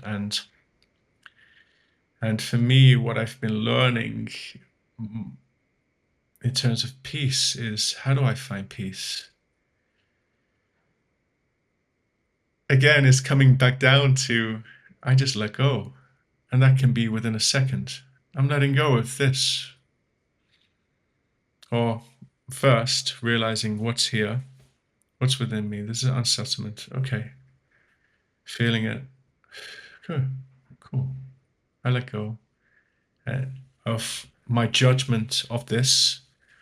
Okay, what am I judging here? What am I judging about the other person? What am I judging about the situation? Okay, this is clearly based on my past of this specific circumstance. Looking at the judgments, letting go of every judgment that I have, and realize, this is reality without judgment. Cool. And that's where I find my peace, just looking around and choosing to let go of everything is the coldness, the temperature, the energy of people around me, choosing to not let them affect me, and then breathing back into the stomach, connection back to source, and realizing, cool. Okay. Nice. That's it. That's it. That's all. Peace is to just let go of the judgment that we have formed around us at that moment in time, so the body can fall back to rest. And of course, there's many other techniques and tools that can be a great benefit. Some I've learned from a very good body coach friend of mine, with Disconnect, where if you hold your hands like this and you cross your feet So the same way, it helps the mind to so disconnect from the for body people that are and only stops listening, having creating this sort of stress tension. Because once you do this, it confuses the mind in how it should respond, because the masculine and the feminine sides of the body are therefore confused by the mind. So the mind disconnects from the feeling of it. So this also can help you to come back to this neutral default state of your body without having any judgment. So that's a technique I tried a couple of times, but it's wait, hold worked. on. I lost you for a second. Oh, really? So as soon as you started to show the exercise. Can you do that again? And also, like, for people that are only listening, like, explain what you're doing. Yeah, sure. So what I do is there's a great body technique that I learned from a body coach, trauma coach, friend of mine, and he has this powerful technique where he crosses over his hands. I don't know how to explain that exactly, but you clench. How do you say that? Your fingers together, and you kind of twist them over. I don't even know how to explain that, Lars. You Right. gotta So as you would, like, sort of interlock your fingers, normally you interlock would it. like your right hand, the palm of your right hand would point to the left, Mm. and the palm of your left hand would point to the right. But now actually you're reversing it. Yes, So exactly. you're turning both wrists 180 degrees. Yeah. Yeah, so this just causes a confusion. You do the same with your legs, whatever's the natural one to cross over. And you kind of try and twist your legs the same way. So you put, for example, if you're right-legged, you put that over your left leg on your foot, and then and then you have your hands interlocked, overlapping each other. And this causes confusion to your mind, and it helps your mind disconnect from how your body's feeling, helping it to come back to a state of peace and disengagement from overthinking. And this is again a great tool, an example of how to just find a peace, just a disconnect from an overthinking mind and or over your heart beating body when we're in this place of adrenaline or stress. So that's another example of, a tool, and I've used that a couple of times. But for me, I found the best one is just to look around and observe and let go of judgments and to just breathe in and out 3 times. And to stop my mind from creating unnecessary stories, because that's one of the biggest saboteurs that is getting in the way of our freedom and our peace every day and our focus. Yeah, 100%. And because most of those stories are also at least partially untrue, right? Now, what is true and what's not true? That's a philosophical question, That's a right? that's a Yeah. fair point. It's like, how deep do you want to go, right? In that discussion, because my philosophy is like, truth is only if we give it weight. Um, Meaning is only, something only holds weight when we make it so, when we attach meaning to it. So everything is energy, right, on a quantum physics level, and that energy is only defined when we choose to create or turn that energy into something through our own belief system, perceptions, attitudes, behavior. That's when we're changing that energy into something, from neutral to something. So we are the creator of everything that is around us, everything that we look around on. That's what I love, the observer's effect, right, in quantum physics. That very interesting experiment The where, double split experiment. Yeah. mm, Yeah.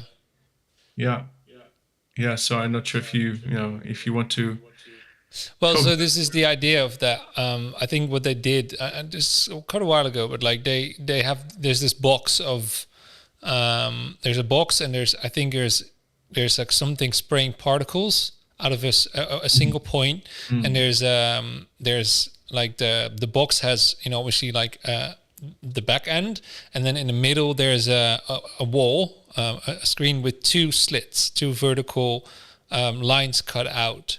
yeah, And when it's being filmed, what is happening inside the box, then when they sort of start the device that sprays the dots or whatever it is, and then afterwards, if you look at the back wall, you see like only the dots, the particles have only gone through the two slits.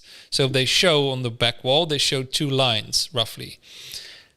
And then if they take away the camera, then start the same action, but no one's seeing it happen. No one's seeing that there is a wall with two slits. then actually the dots are sprayed all over the back wall if you look afterwards. So this shows you that the fact that you're observing changes reality. Wow. So this is, if no one's in the forest to hear the tree fall, it actually didn't fall because the tree didn't exist. If no one's there to observe the fact that the wall with the 2 slits is there, it's as if it didn't exist, because the effect of what happened can only happen if the wall didn't exist. Right. If that's clear enough for people to understand. But like, yeah, that's so the observer effect. To you to explain it, because you're really good at explaining specific things. That's not my the strength the same as you, unless there's 7 levels of energy. But right. Yeah, exactly that. So yeah, that is mind blowing, right? To think that is proven, right, on a scientific level, right, that is how reality is. Like, it's only real when we observe it, right, based on atom forms. Like, just think, when you're looking around, like, it's only coming into being when we are looking around. And to think what effect that has then, our intentions, our the energy, the thought. And if everything is mental, like it says in Hermetism, all is mental. So therefore the power comes through that space. Yes. Right. And that's also like points to like the idea of confirmation bias, or that you only see or mostly see what you were focused on. So if you change your internal reality, you change what you see. So you could say you directly change the outside environment, or at least you change your experience of the outside environment. Yeah. Absolutely. So that's inspiring, right? When we talk through these things, and I love when we talk through, because we bring things to life, and it inspires me just to, it's amazing what I noticed. Actually, one of the most powerful things with coaching is because we rarely give ourselves enough time to think, hold space for ourselves, and talk about the deeper things and what really matters. And that is one of the biggest problems in today's world, that most people are just stuck in things that don't matter. Like, really, or not of benefits to matter. What does the word matter? Well, to bringing to form, right? But a lot of the things that we're busy with now, have been sidetracked or distorted. So they're just not, when I say don't matter, I mean they're not aligned with what's most important to us, what our soul is crying out for. Come on, like shouting out, hey, it's this way. What our God is telling us, hey, this is the way, this is a path, this is what's going to make you happy, man. What are you doing? You're doing exactly the opposite. But that's the game, right? If there's no adversary. Yes, that's how you say it. My English is going, man. I lived 14 years in Holland and now in Portugal. Like, my vocabulary is not very practiced. Adversary. If there's an adversary, yeah. Adversary. Nice. We have to have the darkness to experience the light. It's not that necessarily on one level, and it's not that the darkness is bad. It's necessary to have the light, right? So we have to have that thing to overcome in order to experience the riches. And that's the bit that, it's hard for many people to realize. It's like, run towards the thing that scares you. And it's coined often and told often in motivation. But it's just this, that's a cool, brave thing to do. But no, that's really how you find happiness. Seriously. It's the only way, right? Because our ego is trying to always pull us back. So you could say, in a way, the ego, is the resistance against where we need to head to. Yeah, but there's also a because I'm just being brought back to this conversation I had this morning, where my friend was like, "Yeah, that sounds great, but like, how do I? It's not like the route to happiness is always leaning to your fear." Because sometimes it's there for a reason. Like, let's say I'm, on safari in Africa and there's a fucking lion, and I'm afraid of the lion. I definitely don't go run towards the lion. I'm gonna get eaten. Just try it. You just don't know until you try it. So how do we differentiate between, like, okay, this fear is here for a good reason, like, and this fear is here telling me a story that is not serving me. Right. Well, on the occasion of a lion, Lars, I'd say common sense. Yeah, of course. But there's Because, probably ways. well, although, yeah, I'm going to challenge my own thing there, because what if you do that and you're actually really, like in like your level 7, then maybe you're just going to do a Neo, like and like it suddenly just disappears. I don't know, but I think we're not high vibe enough to ever get that. No, but I don't mean, obviously, I don't mean like, that's a very Yep. specific thing where it's super clear, but there's also things where it's not so clear. Like so does it mean like if it's, for example, if I'm afraid of something within me, does that mean that I need to lean in? And if I'm afraid of something outside, or if is it common sense, or is there another like way of perception that we can use in differentiating? Do we actually need to lean in or not? That's a good question, and it's not an easy one, of course, for all of us, I would say. But one thing that directly comes up to me is when it comes up to fear, always come back to yourself and that voice within, right? To let you know, hey, well, first of all, will it kill me? Like, because, you're living in this body, and it would be a shame to leave it too soon. It would be a shame for your family, for your loved ones, right? So, okay, will this put me in danger? But the guidance, and this is the hard one to differentiate for most people, right? When do you know if it's your intuition? When do you know? So, question to you, actually, Lars. When do you know when it is your intuition speaking and when not? Great question. I think it is,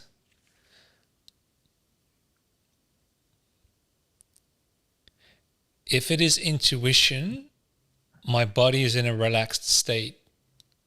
So it will be a feeling that's most often it's in the gut or like lower, like somewhere around that area. Sometimes with the heart speaking up as well. But I will be relaxed.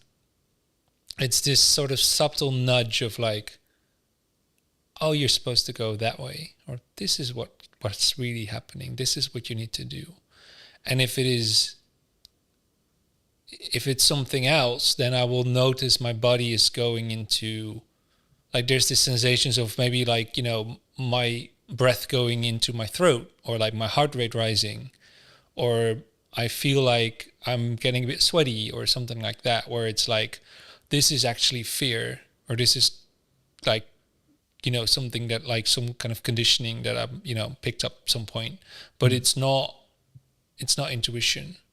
Intuition is more subtle, and it's more loving, and it's perhaps a bit slower. And not in the sense that it takes longer, but it's like, it's less, it doesn't have this energetic peak, so to speak, of like, this other feeling can have. It's very sudden. And intuition is sort of slower, and it stays there. It's this sort of voice or feeling coming from within that's like, that's you. And it's a knowing. It's, I don't know, it's on, it hits also on different levels at the same time. It's a knowing of like, this is what I have to do. Yeah. Yeah. And then the head comes in, and the head, the ego, whatever you want to call it, is sharing its point of view on the situation. but it doesn't really matter, because it's like, yeah, but I know that other thing is, I feel that that's true, that I know that. I think that's the difference for me. Look, man, we've done 2 hours, almost to the second. I've lost you somehow. Oh, shit. Losing connection for a sec. I can't hear you. I think that... Oh, I'm hearing something. Are we back? Yes, we are now. Yeah, we lost connection for a second. Yeah, the countryside, it's hard to keep it stable here. So I was just saying, we've done 2 hours to the minute. Is there anything, I want to give you a bit of space, like if there's anything that you really want to want to close off with that you want to share? And then also, of course, where people can find you, what you're currently offering and sharing with the world. Yes.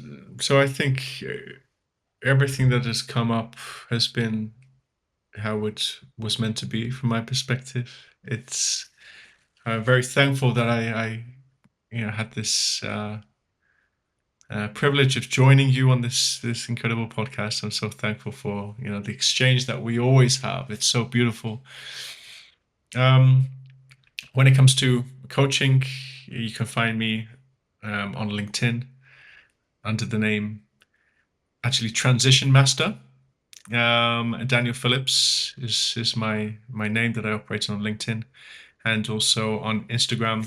I am Daniel Phillip is my IG handle, and the work I do is really help people transition from their lives, very much focused mainly on creative tech people who've been in tech, senior people, which is where I've come from. My background in UX lead and creative art direction in the fashion industry, namely, and helping people within that space really transition into a life of freedom, alignment, and soul purpose, autonomy. So really helping people going through, that hard space, that friction line where we're in level 3 and they really want to ascend into the spaces of opportunity, right? Level 5 and growth mindset and expansion, and helping them, navigate that journey. So that's my passion and my honor to help others in that space. And that's about it, I think, from my side. Beautiful, man. Thanks so much for being here, taking the time and sharing your wisdom and your experience. And you've helped me so much over the past year with my own journey, and really looking forward to see what you're sharing here will do for others in the world. So thanks so much. And everyone, like, all the links and everything will be in the show notes if you want to learn more about Dan and his work, everything that he does. And looking very much forward to seeing you on the next episode. Bye-bye. Thank you, brother. Privilege. I hope. Thanks for watching or listening to the Spirit Unfolding podcast. I'm so grateful that you've joined us in this episode, and I hope that you've gained valuable insights and inspiration that you can apply to your own life. If you enjoyed the episode, please share it with your family, friends, and on social media. And subscribe on YouTube, Spotify, and Apple Podcasts so we can reach more people and bring on bigger guests. Thank you, and I'll see you on the next one. Bye-bye.